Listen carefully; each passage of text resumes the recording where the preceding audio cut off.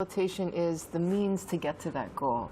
So if you feel like it's time to change your lifestyle in terms of drug use or drinking or something like that, I mean, recovery can mean anything. It's really up to the person how they want to define that. But they're moving from one place to another and have a different vision of how they want to be. And then the rehabilitation, again, which can look different depending on what choice that what venue you choose, is like it's like the action steps towards that goal of recovery. That vision. That vision. I used to think they were one and the same, recovery, rehab. But I guess I've heard people say, I'm in recovery. Exactly. So it means that I'm in that state of mind towards moving kind of thing. Yeah. And even that's an interesting distinction that you've made, because some people say, I'm recovered, and then a lot of people say, I'm in recovery. And in a way, that's a bit of a controversy there, because can you ever be fully recovered? Well, that's the whole question. That's the whole question. And on that level, it depends on how you define addiction, because some people will say that you can never be fully recovered, so you have to say you're in recovery, and others will say, no, this is something that you can actually recover from and then move from and lead a normal life afterwards, even to the point where you may even be able to pick up the substance, let's say if you're an alcoholic, and drink again, but moderately. So that is possible. Yeah. Well, I don't know if that's possible, but that's the controversy. Okay. It really depends on who you talk to. I personally don't think it's possible if the person is truly an alcoholic or truly an addict. But that's where the controversy lays, or one of the many controversies. In a sense, one of the many minefields in addiction. Very interesting. Yeah. So there are different types of recovery. There are different types of rehabilitation. That's right. Yeah. So the different types of recovery then? Well, then, you see, then you have to decide what is, in a sense, it's like, what is your vision of what you would like to be? And if your vision is to, let's say you're an alcoholic, or no, let's say you're just a problem drinker. Let's not give it a name yet. And your vision of recovery would be that instead of drinking 6 drinks a night, I'm going to just have 2 a night. Or let's say I'm an addict of some sort, and rather than smoking cocaine or something like that, I'm just going to drink instead. That's actually better, because at least I'm not, doing illicit behavior. That might be your version of recovery, and that would be acceptable if that's the goal, if that's what you're setting out. And so then the rehabilitation is going to look different, because you're going to seek a type of treatment program that will support that goal. And so the different types of rehab then, can we talk about those? Well, sure. So depending on the goal that you have, like I think that every, my sense is that every alcoholic or drug addict would like to be in the kind of recovery which means that instead of using this much, which is getting me into trouble, I'll just use this much, which means I'm not getting into trouble, but I still get to use a little bit. I think that's what everybody would like to have. Whether it's possible or not remains to be seen. But if you want to try for that, then you would do a different type of program than the other kind. That kind of program would fit under what we call a rubric of harm reduction. And harm reduction programs, of which there are many in Toronto, would be one where you would go and say, I'm not going to try to be abstinent, I'm just going to try to moderate my use, or make it safer. I'm going to reduce the harm of my use. I may even still want to keep using, but I want to use safely. So you have like a program that gives you free needles. Free needles, exactly. Right. Yeah. And I've got to tell you, I don't know about those. Well, I guess from an outsider looking in and thinking, how is that going to help? Because you're imposing the abstinence point of view, which is that abstinence is the best point of view. But if you're trying to take a more, I guess, liberal or moderate approach, where you're just saying, look, my goal is just to make the person, if they want to use, that's their human right. That's their human, dignified decision. We need to honor a person's decision. But we, certainly me as a medical professional, can provide something so that provide an avenue or a venue so that it's safer for you to be able to do that. So I give you safe needles. In some cases, even I'll give you the drug, but in controlled. I mean, in a sense, that's what the medical marijuana is, really. It's an example of that. That's true. I'm going to give you something, but it's in a very safe context, so I'm reducing the harm. Right. And that would be considered recovery for somebody. Okay. Yeah. Are you in recovery? Are you in rehab? Give us a call and share your story with us tonight. So, just talking about that harm reduction, does that work? Well, it depends on what your goal is. Okay, if your goal is to use in a more safe context, yes, it works. I wish I could remember the program. It's I can't remember right now, but there's a really good one. Hopefully it'll catch in my mind. Okay. But if you go to a place that has a safe injection site, or they give you like clean crack pipes, or they give you, I mean, there's a medication now that if the person has an opiate overdose, you can actually retrieve them and save their life. So that's a person that has made the decision that they want to keep using, but they're using in a safe context. And does that work? Yes, it works. We've saved their life. We've prevented HIV. We've prevented Hep C. All sorts of other conditions. So yes, it works. But you're probably coming from a point of view of the person wants to stop, and a harm reduction program probably won't work for a person that wants to stop. Okay. But you have to kind of know what you want ahead of time, which a lot of people don't. Okay. know. Because they just know, I want to get out of the mess I'm in. Exactly. Are you in a harm reduction program? Give us a call and tell us about that tonight. Okay, so if I do want to stop, not just the harm reduction stuff, I want to stop. Yes. What kind of rehab do I need to be in? Well, what you'd need to do is you'd need to find the various treatment centers. I mean, first of all, you probably want to check out a detox, because a detox is a place where people often go to kind of dry out, because when you go into rehab, it's a pretty intense program. So detox is different from rehab? Yeah. Okay, that's the first step? Right. Kind of? Well, it can be. You may not need a detox if you're drinking excessively, or you have an opiate addiction or something, and you can't just stop without having withdrawal symptoms. And the withdrawal symptoms can be anything from 3 days, 5 days, to even 2 weeks. Wow. And you don't want to be in a rehab where you've got to, wake up in the morning. They're usually pretty rigid. Okay. 8 o'clock in the morning to 8 o'clock at night. Okay. While you're, sitting on the toilet all the time. Exactly. So detox takes care of that angle. Okay, so that is the first step. They won't accept you into rehab before you've been detoxed? Often rehabs will say you can't come in for, until you've been clean for 72 hours. And a person might often say, understandably, how am if I could do 72 hours, I wouldn't be calling you in the first place.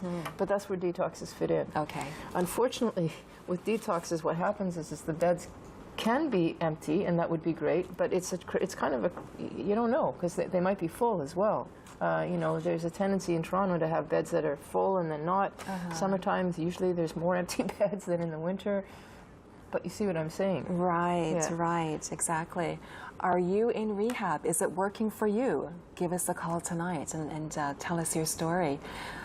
So talking about rehab, it's so not... go ahead. Well, so there are a few rehabs, and I think once you, like we have some numbers like Central Access, which will actually tell you where you can go and get a detox. But there's other places, because the rehab industry, of which it is pretty big and it's pretty complex. And you don't really expect people to know what they're doing unless they've been in the system for a while. Okay. You pull up the internet and you go, oh my God, there's so many, which ones do I choose? But we actually have some referral centers. We have, like, for example, we have DART. I can't see it here. We have Mars Metro Addiction Treatment and Referral Service. Okay. Like, these are places where you go and you say, this is my issue, I want harm reduction or I want abstinence, and then they'll help you work that system. Because you have to kind of know what you want. Okay. You don't want to go into a rehab that is proposing one, and in fact you want the other. We do have abstinence-based treatment centers, but you kind of have to know which ones they are. Okay. Yeah. So, don't most people do? Okay, not don't most people, but do most people want to stop? Honestly, I think most people want to stop their miserable life because drug use and alcoholism eventually becomes misery-making. Yes, there's no question about that. Absolutely. Some people know intrinsically, intuitively, that they have to stop to get out of that mess. But I think probably everybody at some level, at least at this first stages, wants to know, well, do I have to actually stop? Can I just control it better? You know? Because, it's like nobody wants to give up their favorite thing. I guess it's the idea of, I want my cake and I'll eat it too. Right. But some people learn more quickly than others. I can't do that. It doesn't work. Exactly. Yeah. Are you in that recovery mode, that recovery frame of mind? Give us a call and let's talk about that. So recovery then, the different types, free, paid? Well, that's another thing. There are some services that are free. Detoxes are free. Well, actually, even detoxes you can pay for too. It's a two-tiered system, really, in Ontario or in Toronto for sure. Do you get more if you pay? If you pay, you get quicker access. Oh, quicker access. Okay. Yeah, like I mean, some of the big centers, Renaissance, Bellwood, Homewood, these are the big abstinence-based treatment centers, all have government-funded beds. But sometimes you have to wait a year, 2 years. And that window period of, I think I'm ready to quit, doesn't last very long. A year or two? Yeah, sometimes it lasts 3 hours, 4 hours. Oh, but that's ludicrous. Well, yes, it is. But if you have money, then you can get in tomorrow. You know, so you can get a bed, because they usually put beds aside. But how much? But actually, that's not even true. Some places, like if you want a specified program, like a trauma and addictions kind of setup, then you might have to wait a bit longer, even if you're going to pay, because there's only a limited number of beds. That is really incredible. Yeah. Are you in rehabilitation or are you in recovery frame of mind? Give us a call this evening and let's talk about that. So then, payment. I think I asked you this a while ago, and I was astounded at how much you can pay for rehab. Yeah, well, it depends on how long you're going to be in there for.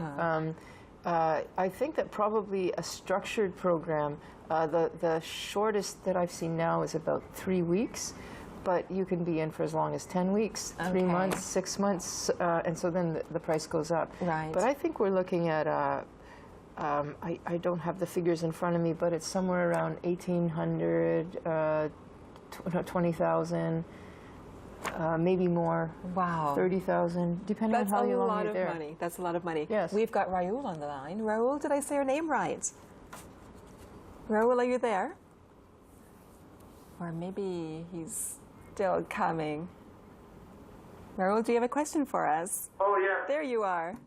How are you guys? Good, good. What's your question for us, Raul? Thank you for calling. Doctor, I have a question. You spoke earlier how recovery process can be, I guess let's say, willowed down to an abuser who is now acceptable in the medical eyes to be a steady user, but not as aggressive as they had possibly been in the past. Yeah. And that applies to alcohol and driving. Yes. So for someone who has been perhaps 10 years away from drinking heavily, who was never insured and did not drive, and went through a system of the medical system, and how does that apply now for someone who wants to regain their driver's license and just essentially the identity, and someone who is now a non-citizen and a passive user of the drug?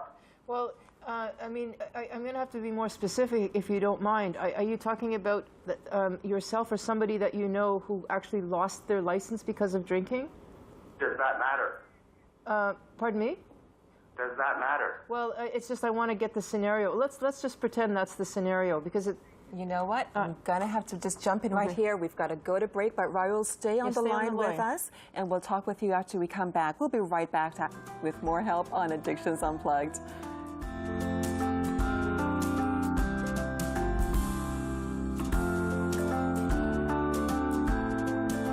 Rogers TV presents provincial election candidate debates on the local campaign. Here's your chance to pose your questions to the candidates. Email us at torontovotes@rogerstv.com or tweet at Rogers TV Toronto using the hashtag RTVTOvotes.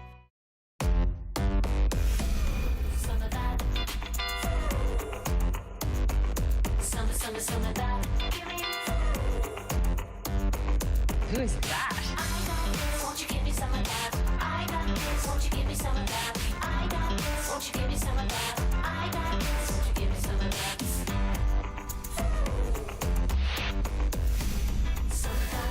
Call 1-888-ROGERS-1 to order. I'm 6 and I'm Darcy. Yeah, my face is chubby though. Again. I don't know how that's happening, but we're going to figure out soon. Here's this kid who has been through so much, and All he wants is his family.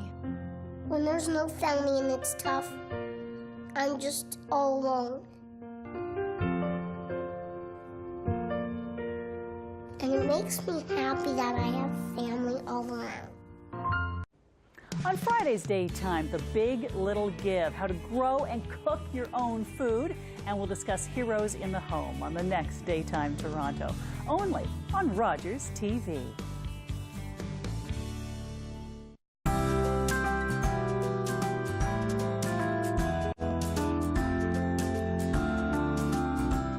Welcome back to Addictions Unplugged. I'm Bev Miller, and joining me each week is Dr. Vera Tarman.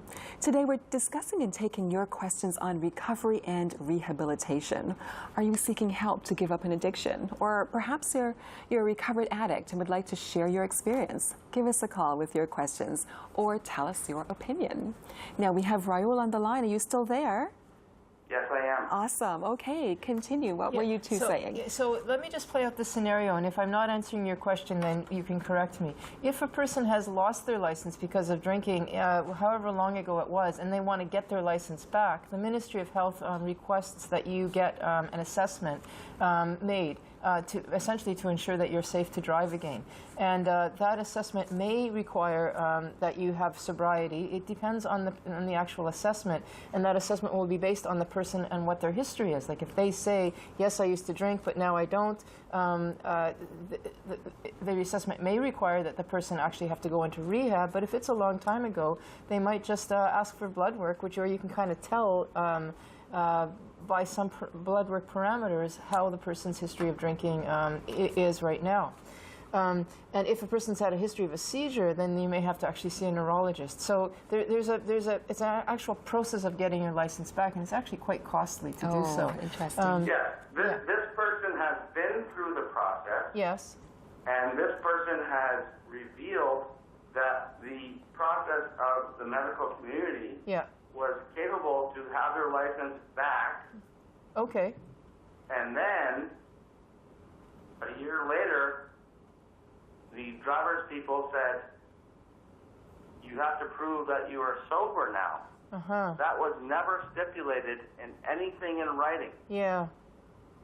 Yeah. So my question to you was, you said earlier that there are people who could go through the process and wane off and be successful people in the world. Well, yes, that's a possibility if that person was never And I believe it's 12% of the population can do so.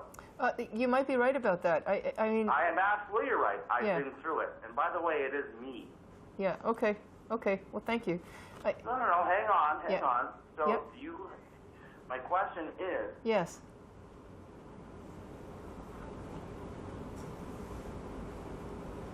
So, you can have, it's quite possible that a person is not an alcoholic, but that they were a problem drinker at one point and they no longer are. But I can say that the Ministry of Health will err on the side of caution. And they don't... That's my question. Yeah, they will. So then what are you talking about? You are a doctor. Yeah, what I'm talking about... And you have an opinion that says people can get by. And I know the number is actually 12% because my doctor said so. Yes, yes. So my question to you is, will your thinking be applied to someone who cares to have a driver's license, who doesn't do that anymore, who still has to go through a test and be completely clean of alcohol 12 years later just to get a driver's license? It's got nothing actually to do with necessarily with the doctor's opinion. The doctor who does the assessment is just one contributing factor, but the actual decision is made by the Ministry of Health, which has another bank of doctors that are looking at it. I can appreciate that it can be frustrating, but it's kind of out of our hands. We do what we can. You're right, not everybody has a problem, but it's in the Ministry of Health's hands. They will always err on the side of caution. Okay. Raul, thank you so much for your call. Thank you for watching the show this evening. Are you in recovery mode? Are you in rehab? Do you want to share your story with us tonight? So, going back to rehab, well, actually, fast-forwarding a little bit. Yeah. Or perhaps it's not even fast-forwarding. before rehab Yes. can even, get going, before recovery even, interventions. We've heard stories about people, gathering the family together and all of that and Yeah. posing an intervention. Do those work? Well, it's a good question whether they work or not. I used to think that they didn't work because there's a sort of understanding in the addictions community that you really have to want to stop, because it's really hard to stop when you don't want to stop. Right. And people often, there's a part of them that doesn't really want to stop, but they have to be what we call hitting bottom. They have to be hurting more than their want to stop. Or that they're still wanting to use. And if they haven't heard enough, they're going to keep thinking, is there some way that I can still keep using? So an intervention is an imposition by you want me to stop, but I don't know if I want to stop. Exactly. Or, the Ministry of Health wants me to stop, but I don't know if I want to stop, or the Ministry of Transportation, rather. So I used to think they're kind of useless, but actually, in my experience, especially at Renaissance, where I see a lot of people who are there because they have to, because they want their license back, or they want their job back, or they want to keep their wife. And I thought to myself, there's no way, this person isn't interested. But 3 weeks later, after they've heard everything, they've learned things, they've heard the counselors talking, they do a turnaround. So I actually think that it's worth it if you can. It's certainly not as good as somebody who comes and knocks on the door and says, I'm ready to stop. Okay. But I wouldn't say don't do it. Right. Yeah. Okay. And they can be costly too. Right. Do it, but maybe not with the expectation that it's going to work. Yeah. I mean, I've seen people where they will put their house on the market. They'll get a mortgage so that they can put their kid into a rehab because they're sure this is going to do it. Wow. And I don't know about that. Okay. Because All right. Well, we've got Craig on the line. Craig, are you there? Hi, I am. How are you? Hi. Well, Okay. what's your question for us, Craig? Well, I don't have any questions. I was just calling to speak about my personal experience. I have been sober just over a year now. Congratulations. And I didn't go to any treatment program or didn't have any intervention or anything like that, but I just, woke up one day and, decided that drinking and doing cocaine and that lifestyle, I felt bad every time I would do it afterwards. And it's just very easy to get sucked into that cycle because you feel crappy, so you go out, you do it again, you do it again, you do it again. Yeah. But I don't know. I made the decision myself. I was sober over a year, and then just recently I was on vacation. I'm like, I'm gonna have some fun or whatever. But you know what? After doing that, I just realized, it really isn't worth it, and you feel so much better afterwards. You're so much more in control of your life, which gives you a certain kind of high that you don't get from drugs, from anything else, right? Yeah. So and I just want to let other people know that I'm young. I'm under 30 years old. That you can do it. It's you gotta have the want and desire inside. But there's tons of programs that are out there. I didn't use any personally, but I know my friends that have used lots and tons of them. And so Craig, there's still life to live after. Craig, can I ask you a question? Let me ask you a question. What was it, you said that you woke up one morning, you just made the decision. Was it something that happened that made you turn around like that? I mean, what was that thing that made essentially changed your life? Well, one thing. Okay. Well, I did have to I started getting a deviated septum from my cocaine use, right? Right. So I did get a septoplasty done to correct that, and then after a couple of times. Or after I had gotten that done, I had went out and used a couple of times afterwards, and I'm like, you know what, this isn't good. Like I can seriously mess up my nose. Yes. I got strep throat and had to go into heavy antibiotics, and that's basically what stopped me from drinking. And then I'm like, I tried to quit doing cocaine without. I tried to quit doing cocaine, but continued to drink and. It would always come back into my life, and I'd always beat myself up for it afterwards. And I'm like, why don't I try something new? Right. Why don't I quit drinking? Then I'm not going to put myself into a situation. Because for me, with drinking, it's it would make it so much easier to twist my arm. You know what I mean? I'd throw all my inhibitions out the window. Right. I'm like, sure, let's do this, let's do that. That's what happens. Alcohol's a great gateway drug. Yeah. For me, it's Yeah. I don't know. Like I said, I did go on vacation and for 2 months, and I was traveling in Central America, and I did experiment again down there. But coming back to the city, I went out once here, and I'm like, you know what? This is not a lifestyle I want to live, and I have so many things I want to do with my life and goals with my life. And so you made the choice actually that you could stop, and you did stop. Exactly, and that's what I find is that's great. That's so empowering. That if you make that decision, any decision you make in your life, you can accomplish it. Yes. All the power is within yourself. For sure. Wow. Now you know one of the things. That's powerful, Craig. Yeah, it is really. It's really powerful, and I'm really glad that you did it at your age because you said you're under 30. One of the things that happens though, if a person, I don't know if it would be Craig's story, but if a person continues to use, or if Craig had relapsed and went back to using, is eventually that decision becomes harder and harder to impose. Right. And it's actually my experience that what happens is that people they get their first one pretty easy, their first sobriety, and then when they relapse, it's a little harder to get back on the wagon. And then if they relapse again, it gets even harder, and it's it just gets really hard. It's part of the addictive development. Right. That addiction is a chronic progressive disease, and there comes a point when a person says, I can't, I want to stop, but I just can't. But it is my experience that if you get it the first time and stay, it's not that hard compared to later on. Fantastic. So Craig, stay on the wagon. You're doing great. Craig, good for you. Thank you so much for calling, Craig. Do you have a story of recovery or of rehabilitation? Give us a call tonight and share your story with us. We've got William on the line. William, are you there? Yes, I am. Thank you. Awesome. What's your question or your story? I guess my story is, I'm a 50-year-old man and pretty successful, but I drink quite a lot. I can drink anywhere from 2 to 3 bottles of wine a night.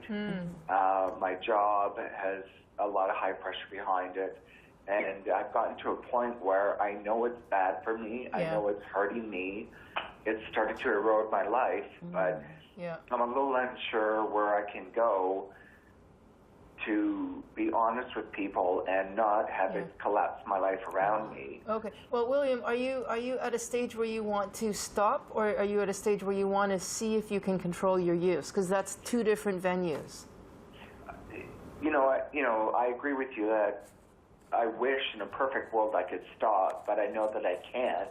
But I would love to be able to reduce my usage of alcohol. Okay.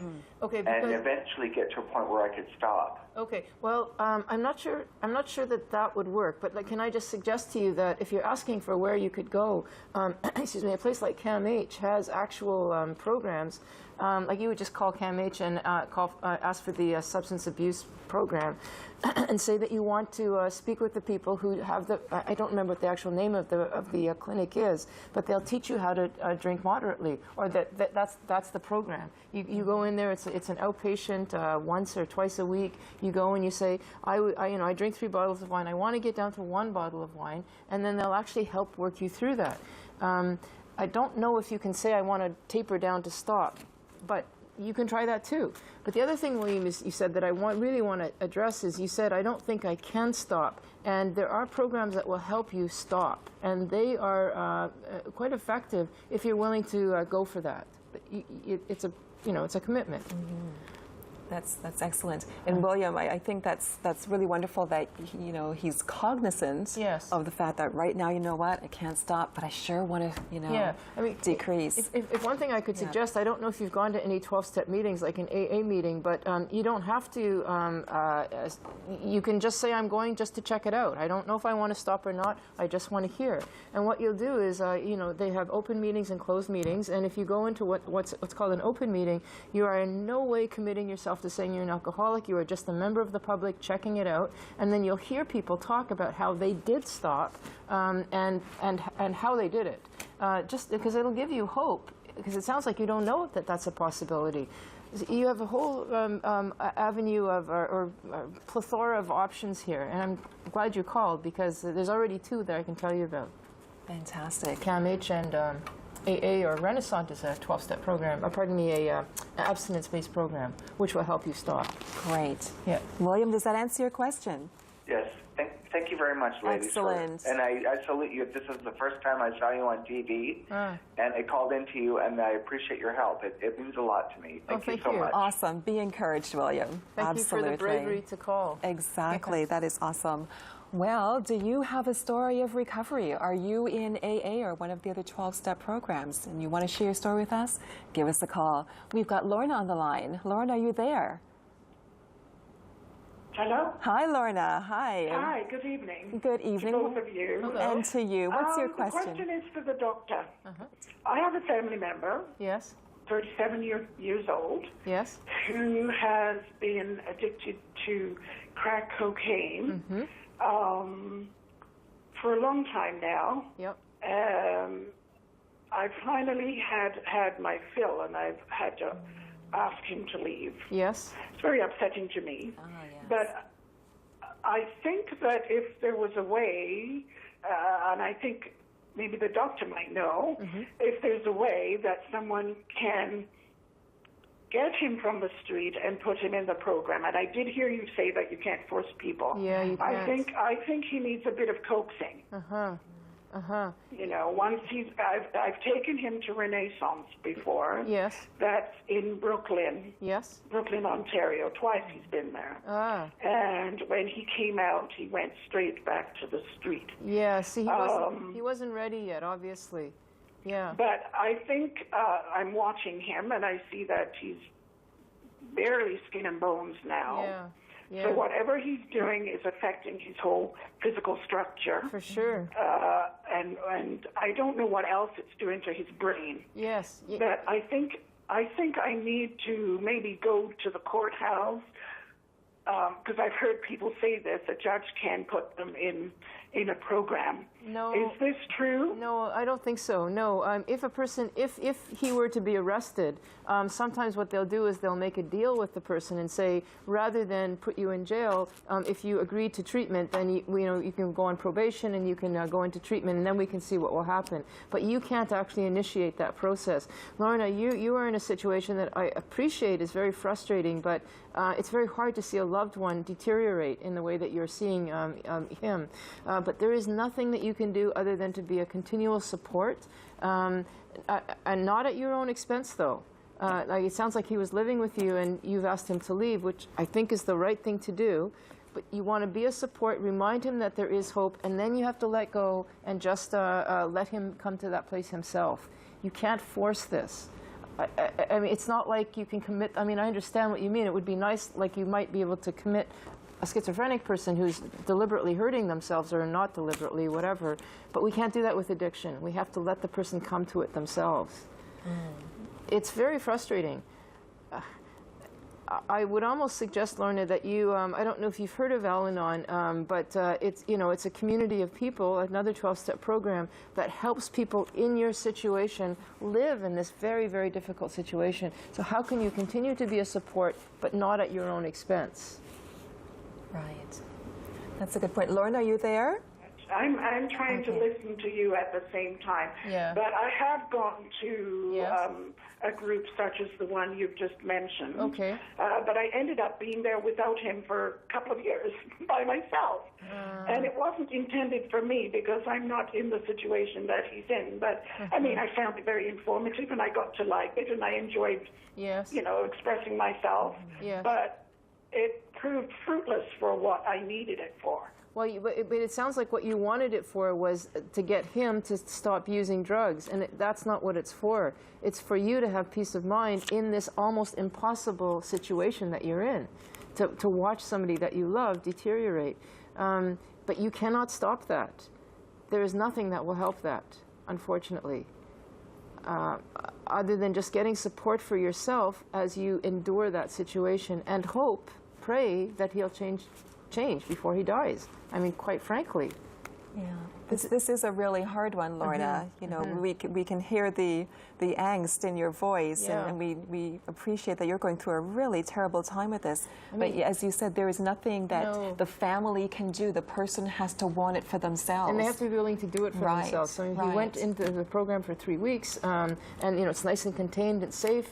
In a sense, things are being done for him, but then he has to go out and actually do it for himself. Yes. And you know, Lorna, you're not alone, because for every addict that's out there, there's family, there's a whole community that's being affected and is suffering, having to watch. Nobody likes to watch this happen. Exactly. It's very painful to you know, sit back and say it's your life. But unfortunately, we do not have the control over somebody else. Absolutely. Lorna, we want to thank you for your call this evening. We want to encourage you and also to, you know, keep seeking the help for yourself that you need to be at peace with this. Yeah. Because otherwise this can be very destructive for someone else looking on and wanting to help so badly. Yes, that's right. Yeah. Lorna, thank you so much for your call this evening.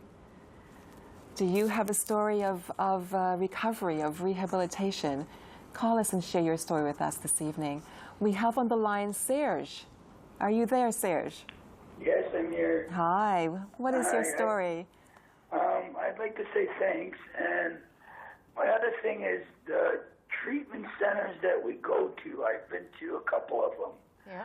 And there isn't much of actual what they call treatment.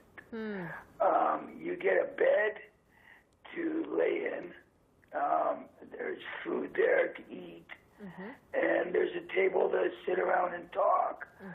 Towards actual treatment, I mean, to sit at a table and for everybody to say, well, yes, I have a problem. I mean, we all know that before we went there, you would think. But I don't see, like, where you're getting an actual treatment for, like, for the problem you're there for. Yeah. I'm an opiates user. I've gone there. And after, you know, 7, 8, 10 days, I kick myself in the butt back out of there because I've been sick for so long at the toilet, and I just say to myself, I've had enough. Yeah. And I end up leaving. Yeah. A few years goes by, and I go back. Yeah. And it's been a revolving door. Well, okay, so Serge, let me just say, I mean, it sounds like you probably should have gone to detox before you went into rehab, because if you're still on the toilet stage, you're too sick to be able to take part in any kind of treatment. But you're right, there are different types of treatment programs. Like, there are some that are really posh, and you get to, I mean, equine therapy, horse therapy, you know, or I mean, I'm being kind of facetious here. That's apparently what they do in the States. If you've got the money, you can do all sorts of different types of treatment. There are some programs that will have, like, trauma therapy. They'll have cognitive therapy. They'll have all sorts of different therapies. And then there's other programs, like Renaissance, for example, which is very 12-step based, and they don't have that kind of stuff because that's not their mandate. You have to kind of choose where you're going. But I will say, Serge, that a lot of times people will say that they got their best treatment from their co-addicts, the people that in their group, because they're actually able to share their own experience from somebody else who's been there too, and you know, you get to say, this is what happened to me, I don't know what to do, and then the next fellow says, that happened to me and this is what I did, and that ends up being just as powerful as anything else. That sounds good. Serge? Yeah, like, for me, I'm speaking out of my experience. Yes. Like, it just seems like when I've been there, most like half of the people there are homeless, and they just keep coming in and out. Okay. And then the other thing that I've seen is it's just I can't get any medical help while I'm in there, you know, to get me to stay there. Right. It really depends on where you go, because it is true that some people will use treatment, especially the government-funded beds, as a way to get off the street and kind of clean up, get some sleep, get some food, and then they're going to go back out. Like Serge said, the revolving door. That definitely is part of the situation, but that's only one type of treatment center. There are others, and I would suggest that you shop around in that case, because I'm kind of guessing I know which one you're talking about, I mean, they're not all like that. And often what you're describing is more of a detox, which is not treatment. It's just not. It is often a revolving door. People are going in just to shower up and sleep, and then they're back out again. And that's fine too, because that gives them an option to do that. All right. Serge, was your concern answered there? If there's any way of me getting any info in on another one, yeah, I would. Where they actually have. Well, I would suggest Renaissance for one, because they have quite a number of government-funded beds. It's not that long to wait. If you have, I don't know if you've checked out Harbor Light at Salvation Army, but that one too. Not the detox. I'm talking about the treatment center itself. Those are at least two that I can think of right off the bat. But you know that if you look under DART or Mars, it'll be on the web. It'll be on the monitor. If you ask them, if you call that number and ask them, get an assessment, they'll actually give you other options. Yeah. Good. Yeah. Very good. All right. It's the website there, and it's on the screen right now, Serge. DART is on the screen. So thank you so much for your call, Serge. Be encouraged. Thank you for watching. Do you have a story of recovery or of rehab? Give us a call tonight. We have Jacqueline on the line. Jacqueline, how are you? I'm very well, thank you. Wonderful. What is your concern or your story for us? Well, I want to say, first of all, how super it is to watch these programs with Dr. Tarman leading. I'm used AA for recovery.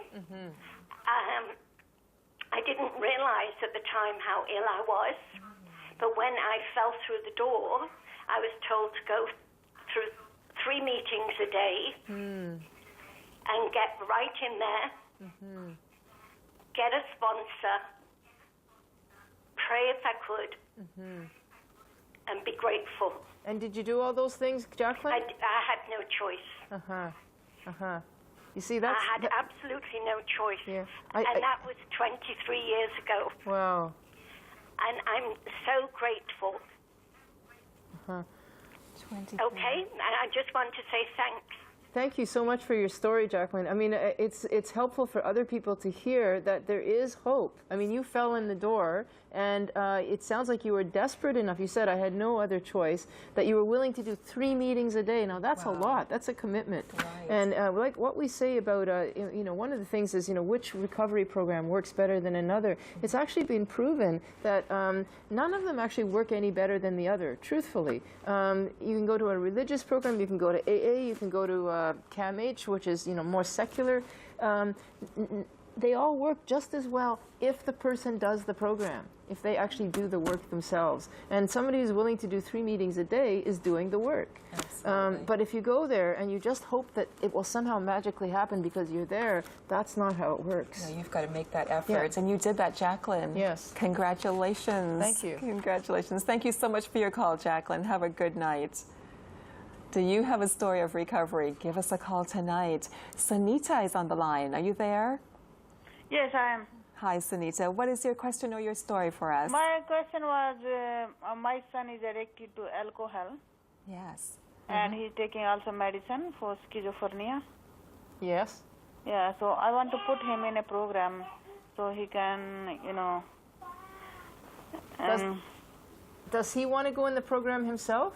He doesn't want to go in the program. No. Does he want to stop using drinking or using his medication? Yeah. He does? He doesn't take medication every day. No. Only whenever he has, problem, then he takes medication. Yes. But every day he drinks. Yes. Like $20 beer, every day he drinks. Does he want to stop drinking, though? Pardon me? Does he want to stop drinking? Oh, no, he doesn't want to stop drinking. No. So, again, it's the same as the other caller. But he's living with you, correct? Yes, he's living with me. Yes. So, I mean, you're kind of in a situation where you're wanting somebody to do something that you can't make them do. You just simply can't. I appreciate that you want that. Really, the only thing that you can do is make a decision about whether you can still have him live with you if he's drinking. Sometimes you have to say, you can't stay unless you stop drinking, and the person might stop, but they might not, and then you'll have to let them go. You're again in that situation. It's the family dilemma. That's why there's a whole 12-step program just around that, of having to say, I want to be here for you. I have to take care of myself. I cannot make you I can't make you stop drinking. So Sunita, what are you going to do if you are in that place where you realize you can't make the person stop? What's your next step? I don't know. I'm going to take him to India and yes. put him in a rehab center. Like I can forcefully put him in a rehab center. Okay, yeah. And they want to let him go anywhere for 2-3 months. Okay. And maybe. And that might just do it, you know. Like again, so that concept of the intervention, like, you know, it's not as likely to work, but it might. If you've got the means to do that, and he has the willingness to go, it's worth a try. And you know, sometimes people will do 10 treatment programs before they finally get it. Just because if he doesn't get it the first time, if they have the willingness to go, or you have the means to help them go, keep trying. Absolutely. Yeah. Absolutely. Sunita? Yeah, no, but he Yes? doesn't want to go in any program. Yes, you're kind of in a problem there, because Yeah. you can't make somebody go. He's not And ready yet. he fight with me, like if I don't give him money. Yes. And then he won't let me go to the Yes. work in the morning. I think the best thing for you, Sunita, is that you're going to have to stop what we call enabling him by giving him money, letting him stay at your place, because it's going to wear you down in such a way that you will be of no use to him. I mean, truthfully, you're not helping him now by continuing this. It's. I wish it were easier. That's a hard one. Yeah, it's really a hard especially one. it's your child, Yes. and you feel you have to. But I So know. what should I do? Like if I stop giving him money, he will fight with me. Mm-hmm. Yes, I know. Yeah. It sounds like he's, if I can be blunt with you, it sounds like he's got you wrapped around his fingers or his hands. Oh, and, yeah, and, yeah. and yes, and it's very easy to do that when it's your mother or it's your family member, because there's that emotional tie. But you can say no. He's what he'll do is he'll just find, he's, I don't know how to say that, but Yeah, I called police so many times, but that did not work. Like 10 years, I'm struggling with him. yes, you're going to have to say no and stick with the no. It's not going to necessarily make him stop using, but he'll stop taking your money. You know. this is a very difficult one. Yeah, it is. It is. Is there Sunita? any medication that I can give him so he won't be craving for the alcohol? I didn't hear Is there any medication that you can give so that he doesn't crave the alcohol? There is some anti-craving medication, but he has to want to stop using. Like the anti-craving medication won't work if he doesn't. It's the same as rehab. None of that stuff works if the person's not willing to use it. If he doesn't really want to stop, he's not going to take the medication. There is stuff that you can do, but they have to be willing. They have to be a willing participant. And it's actually not that helpful. It's helpful to some degree, but what's much more helpful is just the willingness to do 3 meetings a day. Like our previous caller wanted it, so she was willing to do the 3 meetings a day. If you don't want it, you're not even going to be willing to take the medication. Right. Yeah. Right. Sunita, we want to thank you for your call. And we want to just encourage you. That's a very difficult situation that you're in. But thank you so much for watching the show, and certainly be encouraged. Well, we do have another caller, but we'll have to get James after the break. But this is a really difficult one. Yeah, it with is. respect to family members wanting Absolutely. to get in there and help, and there's nothing we can do, No, you're saying. That's right. That's right. Oh, boy. We'll be right back after the break with more help on Addictions Unplugged.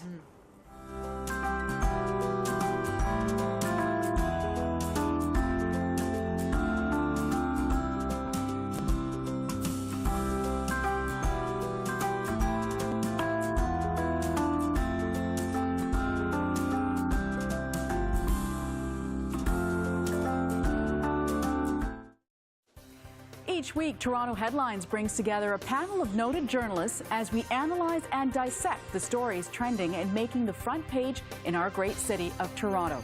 Toronto Headlines, only on Rogers TV. I need your help, Dom. Stick together, and we'll be all right. I can do things that other people can't. This is your chance to be the hero. The what? He sent you here for a reason. Look at me. I'm the captain now. I'm Marky Mark, and y'all are the Funky Bunch. Call 1-888-ROGERS-1 to order. Look, Mom, a beluga. Did Did you know there are chemicals in the water harming belugas? And that the tiny squeaker frogs are critically endangered. And there are as few as 70 white-bellied herons left in the wild. Mom, we need to protect these animals. Well, honey, how do you know all this? I'm an Earth Ranger. That's right, you are. It's in kids' nature to want to help protect animals. Go to earthrangers.com to learn how you and your family can get involved. Whether it's pets, legal advice, personal finance, or parenting, Toronto Speaks on Rogers TV speaks to what matters to you. Tune in live Monday nights at 9 and ask the experts on Toronto Speaks. Complete schedule at rogerstv.com.